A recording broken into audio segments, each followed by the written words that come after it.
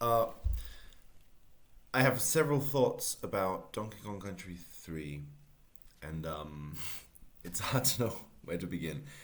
There is an issue of shells in this game, and I want to explore that uh, because that seems to be what I'm interested in at the moment. Okay, what's the issue with the shells anyway? What is this?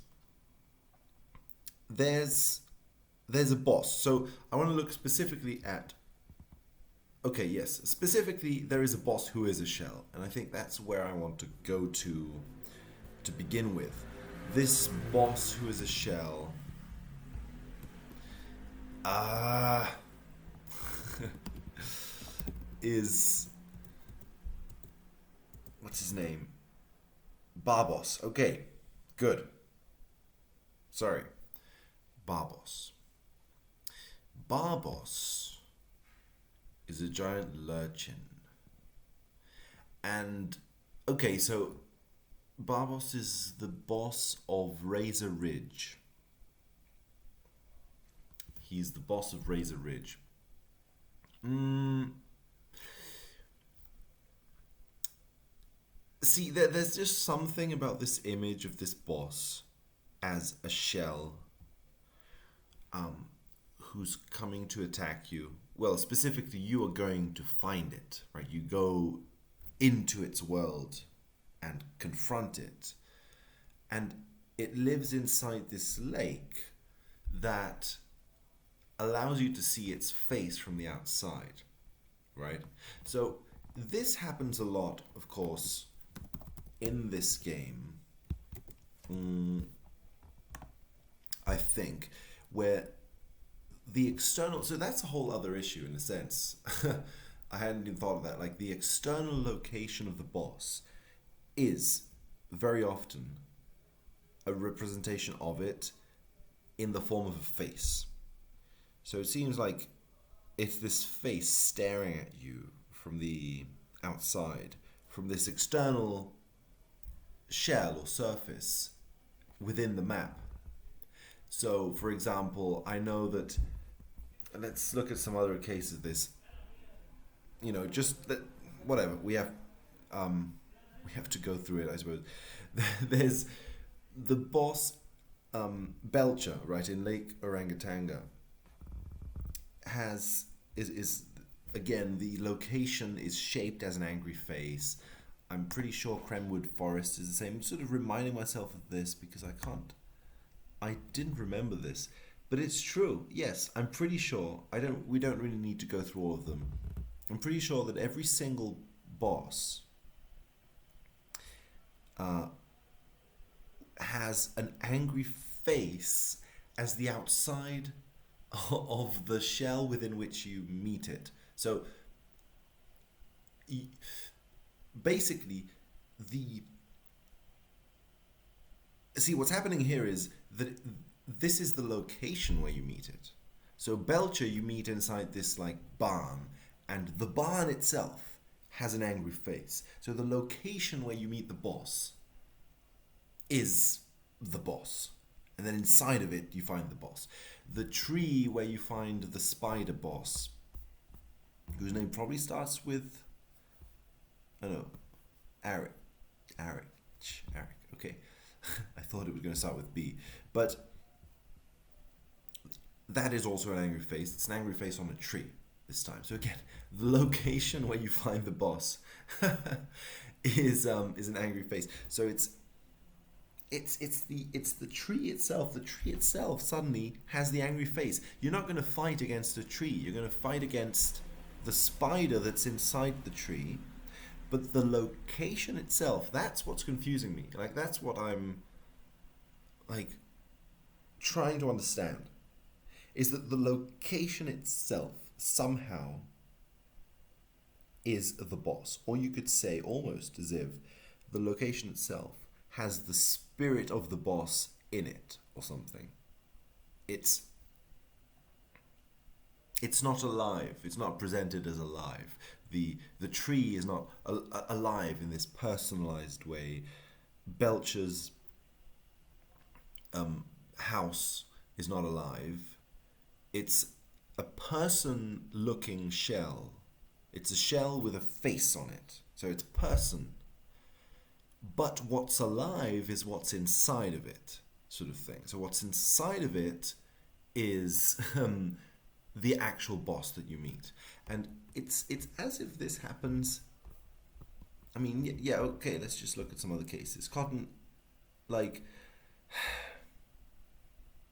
right, okay, so yeah, I am forced to sort of reinterpret this. Cotton Top Cove doesn't have this. But in a sense, here is where it gets interesting because Cotton Top Cove doesn't have an actual like face uh, on the location where you find the boss that I can see in this image of the map. But it does have a face sort of within the boss battle itself. Like the boss battle itself is a face peeking from behind a a clearing or a surface. There is some sort of a space within which there is a face, and the face sort of is behind a certain shell. Okay, kind of, it kind of maybe it doesn't work, but I feel there's something there. There's something about faces that are peeking out from behind things. So there is this sense that the what's alive here is what's behind. Yes, we're seeing this surface that has eyes and a mouth, but it's what's like behind that surface, the cascadey surface. Mechanos does have an angry face on a house again. So it's also this theme of the living place, because Barbos lives in the lake. The lake is its house. The lake is its living place. The living place, the the place where it lives, is alive, or is like a golem of itself. It's like a representation of itself. So it's this theme of houses and a housing, of being housed somehow, which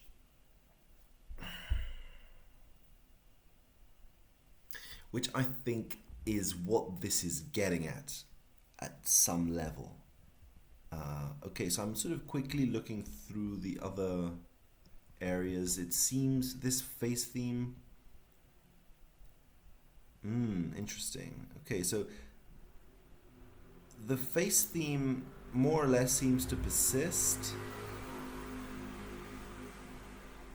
Chaos Core, I wonder what you think of this. There is no face on the actual building where, King K. Rool is.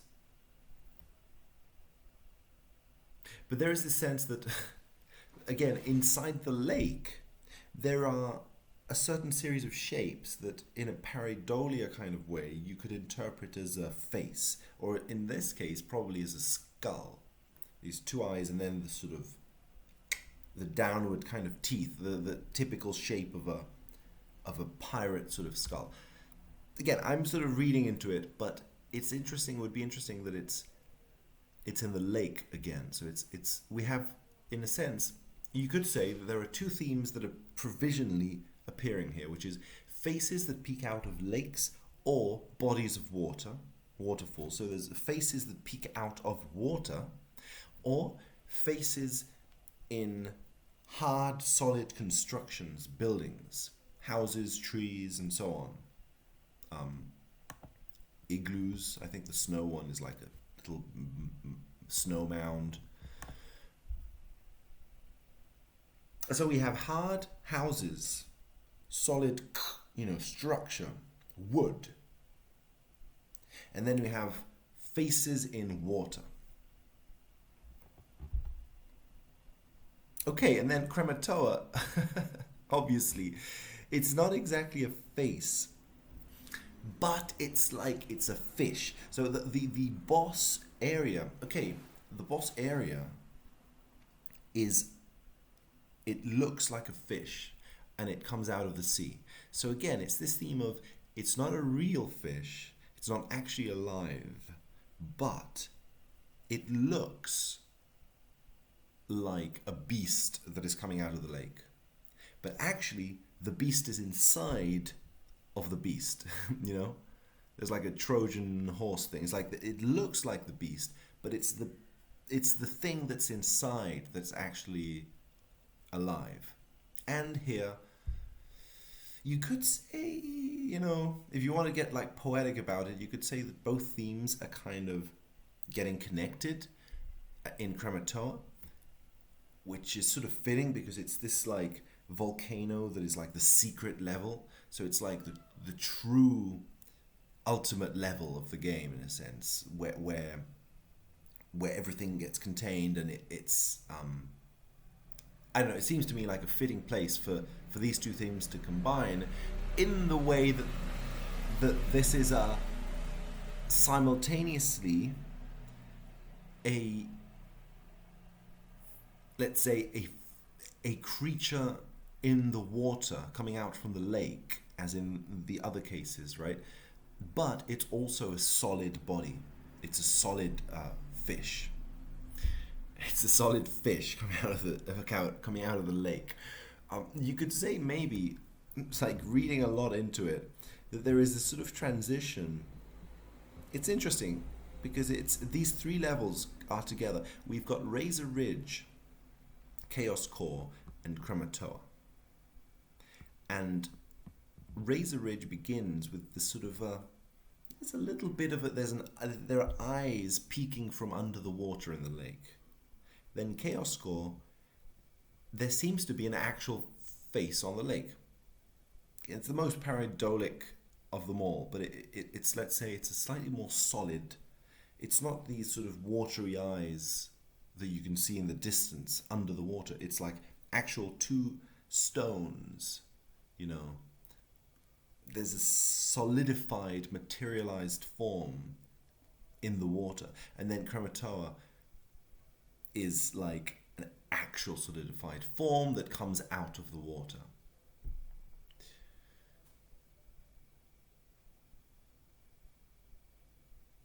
It's interesting too because this ends the game, and it ends the game by having something come out of the water, which is Krematoa itself. Krematoa comes out of the water. It's a volcano that comes out of the water. So there is a theme of something that is coming out of the water, and it gradually, according to this reading, gradually comes out of the water. In Razor Ridge, it's sort of there. Chaos Core, it possibly sort of like materializes. In Krematoa, it like actually comes out. It actually bursts through.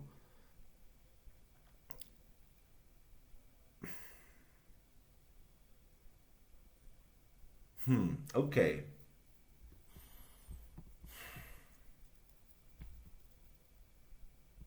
And thinking of shells, just as a thing that I started thinking about, let's go there, like shells, okay. Well, the game ends with King K. Rool being covered by a shell. So King K. Rool is returned to the shell. And again, it's in a funny way, it's a shell that has eyes, like it's a shell that has spaces for the eyes, which is what all of these boss battles have been including. It's like eyes that peek out from behind a shell. It's not just a neat little shell, it's a shell that includes a space for personalization. It doesn't just completely erase King K. Rool. You can still tell it's him because his eyes are peeking through from behind the fucking shell, which is what is happening with these bosses. It's just that in this case, it's like King K. Rool is brought back to that state. It's almost as if, in some way, he's brought back to like an archetype or something. He's brought back to a state that is psychologically healthy. It's not this materialized form that is running rampant in the scene. He becomes once again something that's behind a shell. Something that's behind a shell. Okay, so there's that. And in a sense, the other thing is that this is a game where you end by meeting God, which I think is really I find really funny. That this is like, you know, this is kind of like how the game kind of ends, how it chooses to end. I like that because it doesn't seem to like on the surface it doesn't seem to have anything to do with the Donkey Kong games. Like but I think it does. It's like the concept of God barely even comes up in some way, in these Donkey Kong games. It's all like very earthy. It's it's caves and lakes and jungles. Everything is happening like in the jungle, in this sort of like thriving world of the material world. Plants, animals, waters, insects, juices of different kinds. And yet here we're sort of experiencing some kind of a strange like upward motion towards something that is very spiritual and the Queen Banana Bird, the fact that it's sort of like a joke kind of distracts from the fact that it's God, in that it's the it's a joke in the sense that it's funny, right? It's a banana in the sky and it's a banana bird in the sky. Like there's something about it that's just absurd. It's it's cool. And you see it and you're not threatened by that because it's slightly comical, but it's borrowing. I mean, I don't know what you would think about this, but I just think it's borrowing from the concept of God, from the typical imagery of God as like a person up in the sky, up in the clouds. Like that kind of a cartoon image of God is what this is, I think, clearly referencing.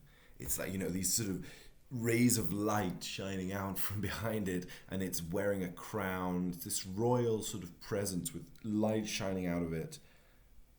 Up in the clouds, the clouds part, and it's up in the clouds. Like it's just this typical image from paintings of God.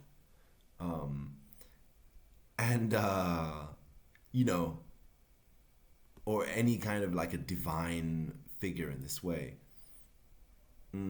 So that's funny because it means that if we're looking at this as an archetype, it is the archetype of the divine, of the sort of divine shining presence up in the sky.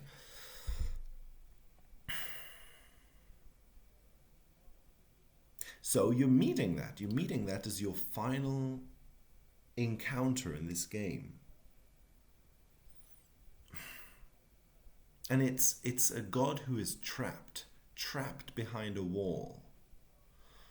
You know, potential resonances here between like the themes of shells and things like that. But so in any case, it's a funny kind of like ending to the saga, I suppose. The whole trilogy I would consider as a closed sort of unit because they're produced like in time, sort of more or less at the same era. They belong to the same saga. I think that they form a sort of trilogy, and so for the trilogy to end with you meeting God, and then with this like very in a sense, it's just so weird, so interesting because it's such a like a mythical sort of ending from like a Christian perspective. you could say it's like you have God at the end chasing the snake, the devil, who would be King K. Rool in the sense of like, again, the green dragon. It's just the stereotypical image of of a of a dragon, right?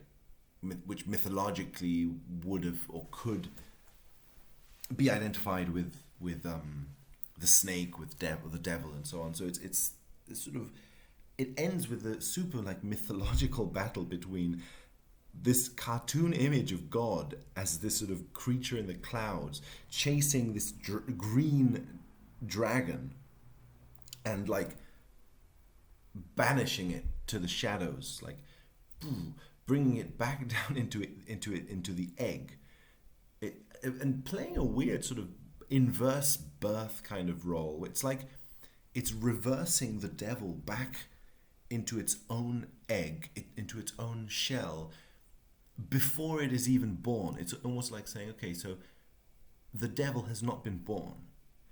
I'm going to revert the devil back into a state in which it doesn't even exist. It hasn't been created yet. The world had been tainted and it's like it's doing something like that, which again is such a strange like mythological way to end the saga, where on a surface kind of look, it doesn't seem as if the saga has any kind of mythological tones like that, of a battle between heaven and earth. Like, I think, if you look at it, it does. At least that's what I would argue. Then again, that's the theme I find in practically every video game I look at. So, whatever. Maybe it's just something that exists in video games in general. Maybe it exists in the kind of video games that I'm interested in. Maybe I'm particularly like focused on these sorts of ideas. I don't know. I mean, partly I'm making this channel because I think there is some sort of an objective content here. It's just that it's very subjective, but I think there is like something that I would like to propose. So, but in any case, again, on a surface read, maybe there is no religious content, but in some ways there is, because there have always been like temples in Donkey Kong games. Temples are at classic like level in video games, in these sorts of video games, but that opens a question: why are temples such a typical like video game level? Because it already evokes the divine in some way. Anyway, that's probably a topic for another moment. But yeah, so I don't know. I think it's interesting, this theme of how the divine enters into this game, and how it sort of materializes and appears as the final kind of conclusion to the saga in some way. And why then the third game is so obsessed, I think, with shells, particularly. Right? What's this obsession with shells? With things that are inside other things? Right? That seems to be like the final like question that the game is asking, I think. The game is asking some sort of question about things inside of other things, which it hadn't quite asked before. Right? It asks some sort of question about being trapped in the second game, but then that becomes like more explicit, I think, in the third one. So that's enough. That's just a bunch of questions that I wanted to like ask myself and see where it goes from there. and yeah, so that's just the stuff that I'm going to try and think about for, I know, for the next time. So yeah.